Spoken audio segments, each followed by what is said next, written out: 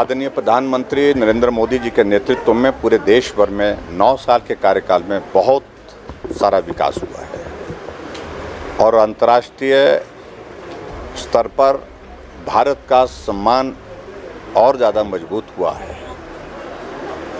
और स्वाभाविक रूप से पार्टी के कार्यकर्ता होने के नाते ये हमारा दायित्व है कि हम केंद्र सरकार की 9 साल की उपलब्धियों को लोगों के बीच में ले जा करके लोगों को उसकी जानकारी दें और उसके साथ साथ में जो प्रदेश में भारतीय जनता पार्टी की सरकार 5 वर्ष रही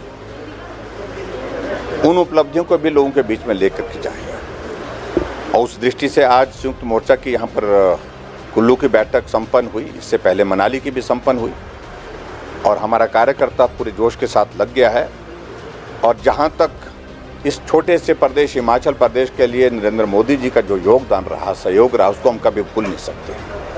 आज 41,000 करोड़ रुपए के लगभग हमारे 4 लेन के प्रोजेक्ट, कुछ पे काम पूरा हो गया, कुछ पे काम चल रहा है। छोटे से हिमाचल प्रदेश के लिए यही हिमाचल प्रदेश है जहां पूरे देश भर में 4 वंदे भारत ट्रेन अभी शुरू नहीं हुई थी, 3 शुरू हुई थी, तो चौथी अगर शुरुआत हुई तो हिमाचल प्रदेश के ऊना से शुरू हुई।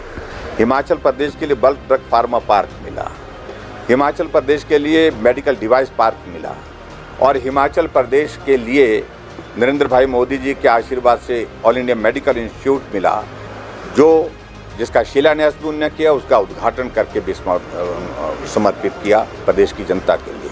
अटल टनल रोहतांग बन करके तैयार हुआ और बन करके तैयार होकर के उसको समर्पित किया। और उसके बाद हिमाचल प्रदेश के लिए 3,000 करोड़ रुपए का हमारा प्रधानमंत्री ग्राम सड़क योजना का पैकेज 3, उसकी शुरुआत चंबा से की। ऐसी एक नहीं, बहुत सारी योजना। और हिमाचल प्रदेश के लिए जो स्पेशल ग्रांट उन्होंने मदद के रूप में दी है वो बहुत बड़ा एक अमाउंट है। उस अमाउंट के माध्यम से 2100 करोड़ रुपए का टूरिज्म का प्रोजेक्ट हमको हिमाचल प्रदेश के लिए एडीबी का मिला। तो ऐसे में कहीं भी कमी नहीं छोड़ी है प्रधानमंत्री नरेंद्र भाई मोदी जी ने। और उन सारी बातों को लेकर के हम लोगों के बीच में जा कर के अपनी बात कहने के लिए आज पार्टी के साथियों से आग्रह किए हैं और सब साथी लगे हैं। और निश्चित रूप से आने वाले समय में हिमाचल प्रदेश में सरकार जहां कांग्रेस की है, यहाँ पर भी हम चारों की चारों सीटें जीतेंगी लोकसभा की।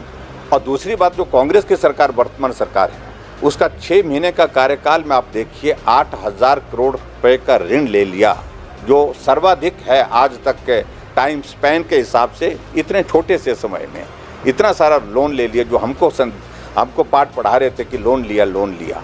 तो अब क्यों ले रहे हैं? अगर नहीं हमने गलत किया है, हमने लोन नहीं लेना चाहिए था, तो आप क्यों ले रहे हैं? इस बात को लेकर के प्रश्न का जवाब दें। आज पूरे प्रदेश भर में उन गारंटियों का जवाब पूछ रहे हैं लोग। क्या हुआ को 1,500 रुपये जो महिलाओं के लिए कहा है, आपने कहा कि दूध हम 80 रुपये गाय का, 100 रुपये भैंस का दूध लेंगे। आपने कांग्रेस की गारंटी ये थी कि 300 यूनिट बिजली के फ्री देंगे, उसका क्या हुआ? कांग्रेस की गारंटी ये थी कि 5 लाख बेरोजगारों को सरकारी नौकरी देंगे। 8,000 से ज़्यादा हमारे आउटसोर्स में लगे हुए कर्मचारियों को घर का रास्ता दिखा दिया। ऐसी बहुत सारी, गोबर की गारंटी इन्होंने दे रखी थी 2 रुपये किलो के हिसाब से। तो इन सारी बातों का जवाब देने के लिए कांग्रेस के पास जो है आने वाला समय बड़ा संकट होने वाला, जब लोग पूछेंगे। और कानून व्यवस्था की परिस्थिति इस प्रकार की है हिमाचल प्रदेश में कि 6 महीने के कार्यकाल में 45 मर्डर के केस हो गए हिमाचल प्रदेश में। एक नौजवान की चंबा में 8 टुकड़ों में हत्या करने के बाद जो है उसकी लाश बोरी में डाल करके दफना दी गई। और हम वहाँ पर जब परिवार के लोगों को सांत्वना देने के लिए जा रहे हैं तो वहाँ हमारा रास्ता वहाँ से 60 किलोमीटर दूर ही रोक दिया गया। तो ऐसी बहुत सारी, आज मैं मनाली में था और मनाली में पड़ा कि सर्किट हाउस पूरा आउटसोर्स कर दिया है, सर्किट हाउस। और सर्किट हाउस में आउटसोर्स करने के बाद वहाँ पर अटल जी का चित्र लगा होता सर्किट हाउस में, क्योंकि अटल जी वहाँ बहुत लंबे समय तक आते रहे, जाते रहे, ठहरते रहे।